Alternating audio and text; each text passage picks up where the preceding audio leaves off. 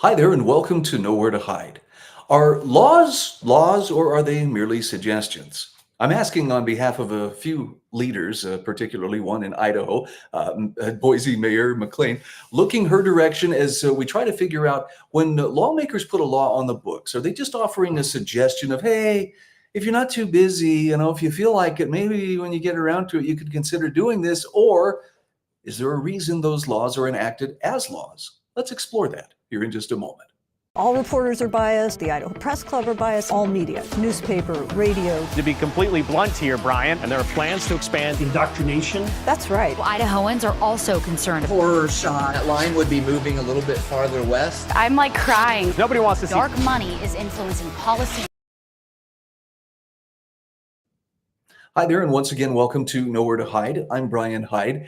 When laws come out, I know there's some people who will click their heels and say, yes, every law is a good law. That's not necessarily the case. However, once a law is duly enacted, now we're faced with, well, do we obey that law if it's something that we personally are opposed to?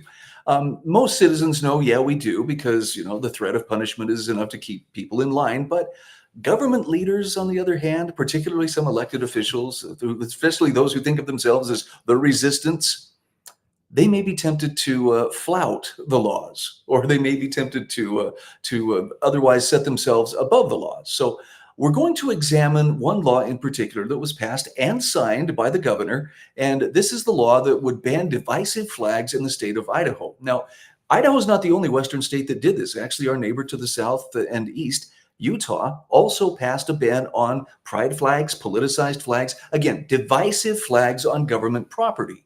And before I go any further, I just want to make this clear.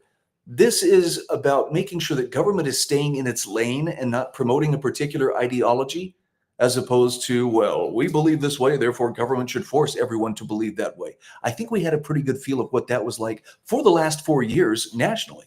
But now we have some states that have taken these laws into account and enacted them. And here's what has happened. So first of all, a little bit of a background here on the two states. Two Western states won't be flying the pride flag at their capitals or other government buildings anytime soon.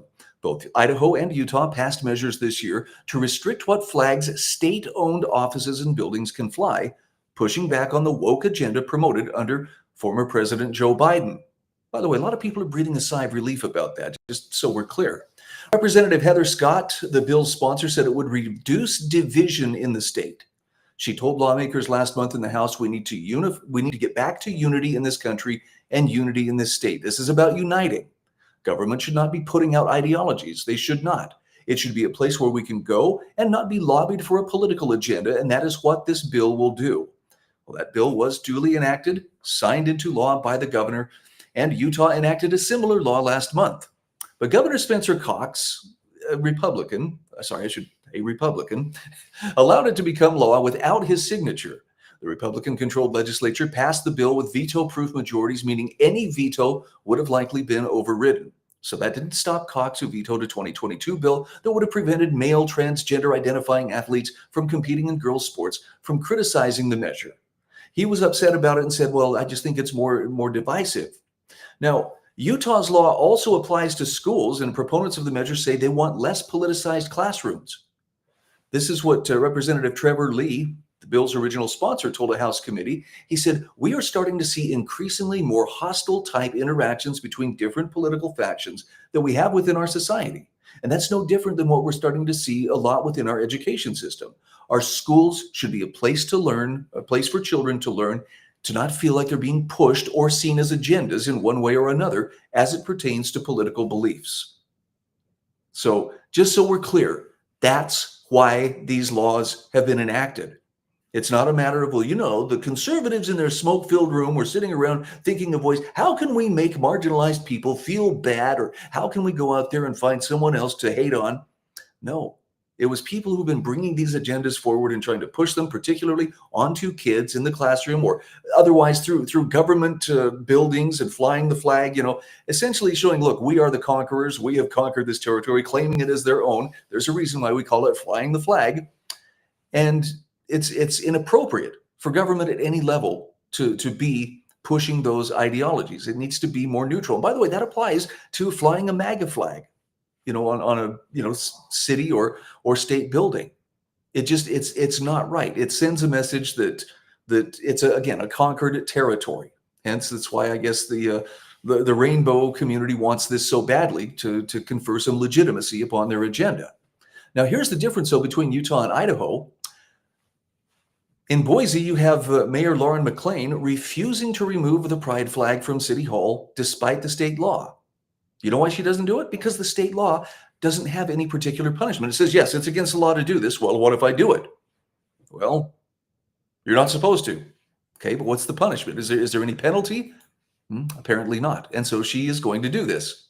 So while HB 96 may prohibit the LGBT flag from flying on government property, it did not contain any punishment for violating the law. This is according to the Idaho Dispatch. So no enforcement mechanisms available, so McLean's unlikely to take the flag down. City officials told KIVI Channel 6 News they will continue to fly the flag. I have to wonder, and I'm sorry if this sounds cynical, but could it be that they're just trying to promote or provoke rather a reaction from people who are like sick and tired of seeing that flag fly, at every occasion and for every possible holiday, and they're tired of having it absolutely forced upon them. And is this to dare somebody to try to take it down? Are we going to start a big game of capture the flag now? I know that it's an issue during Pride Month because, again, the flags become pretty ubiquitous around certain neighborhoods in Boise. But I just have to wonder if Mayor McLean is trying to, provoke something like this, maybe to justify, see, this is why we need, protection, or this is why we're so oppressed. You won't let us force this on you, and look at how oppressed we are. At least I think that's the version that she may be looking at. Now, let's contrast that with what is happening in Utah, because they passed a similar law, but they actually have penalties. In fact, before I go into this next slide, $500 a day for cities that violate that law. Now, they do have a mitigation process where, okay, somebody files a complaint, and of course they have someone who will then contact the offending party and say, look, you need to take the flag down. And I think they even give them a little bit of a grace period. We'll give you this many days to take it down. But if they don't, it's a $500 a day fine. There's some teeth in that. I know governments will, fine, we'll just take it from the taxpayers. But even the taxpayers will eventually get tired of it. Idaho's law, well, may be revisited in the next legislative session. I guess we'll see. Here's what Senator Brian Lenny had to say about Mayor McLean's response. I can't argue with him on this one.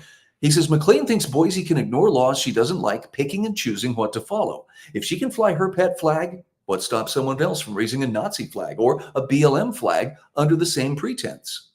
The law exists to stop all of this nonsense, but McLean's ego is bigger than the state itself. And so he says, newsflash, Mayor, you don't get to play queen in Boise while the rest of Idaho follows the rules. Idahoans are done with woke lawlessness. And if McLean won't respect the law, well, then she needs to go. Boise isn't her personal playground. Amen, Senator Lenny. Now, there is another aspect to this, and I'm not going to hold the governor up as being lawless, but it's interesting how sometimes the law can work in your favor. So here's the headline from KIVI television. Idaho governor blocks part of spending bill to protect emergency funds. My understanding is this is the first time that he has used line veto. He's had the power. It's there according to the Idaho Constitution, but he actually used it for the very first time. And wait till you see why the governor used this particular power. This is from KIVI TV. Idaho Governor Brad Little has vetoed part of House Bill 482, a move to keep the state's emergency funds available for unexpected situations. That's the governor's explanation. This was shared in a letter to Secretary of State Phil McGreen on Monday. Governor Little said, as leaders, we need the tools to be agile in responding to crises that affect our citizens. I line item vetoed this budget bill because eliminating the governor's emergency fund only hinders our ability to respond quickly in a fast-moving situation. I share the legislature's vigor for ensuring government is efficient, but citizens expect government to be responsive in times of crisis. Now, I have a little more reasonable explanation here, and that is that bill required the transfer of that money from the governor's emergency fund, where it was basically just a slush fund. It was just sitting there, into the general fund. And he crossed it out so that he could keep the money himself. But of course, his justification, well, there could be an emergency, something could happen. We could need that money. And yeah, okay. Wink, wink, whatever you say, Gov, the bottom line is it's curious that the first time he would use the line item veto, it's to make sure that my money stays where you can still access it. All right. Couple other quick things here to note. The bill, by the way, the veto targeted part of the bill that was meant to move money from the emergency fund to the general fund. This is for the period of July 1st, 2024 to June 30th of this year. Little says he believes it could make it tough for Idaho to handle surprise problems quickly, citing the investigation into the Brian Kohberger case as an example, the murders up in North Idaho. Also, he talked about sending Idaho State Police to the border, which, again, it's a wonderful gesture, and I'm sure it creates some good PR. Does it really serve the citizens of Idaho?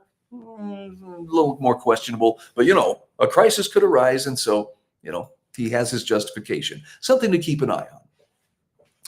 Finally, let's end on a positive note. And the positive note is that the governor finally did sign S 1211 into law. And so over-the-counter ivermectin will now be available in the state of Idaho. We're the third state to do this. Lots of other states on track, but the medical freedoms keep stacking up. That is good news. And it's something that probably is worthy of some celebration, especially as we approach, Independence Day. You think, well, what freedoms am I thankful for? Be thankful for your medical freedom and be thankful you have people who are looking out for you in that regard. Now, as for the other laws, well, look, if you as a private citizen want to fly your flag, be proud. You go right ahead and do it. But if you as a government leader can't be objective enough to keep your ideology compartmentalized and not have to force it on other people, maybe you need to rethink if you're in the right line of work. Just a thought. I'm Brian Hyde, and this is Nowhere to Hide. All reporters are biased. The Idaho Press Club are biased. All media, newspaper, radio. To be completely blunt here, Brian, and there are plans to expand indoctrination. That's right. Well, Idahoans are also concerned. Horror shot. That line would be moving a little bit farther west. I'm crying. Nobody wants to see Dark money is influencing policy.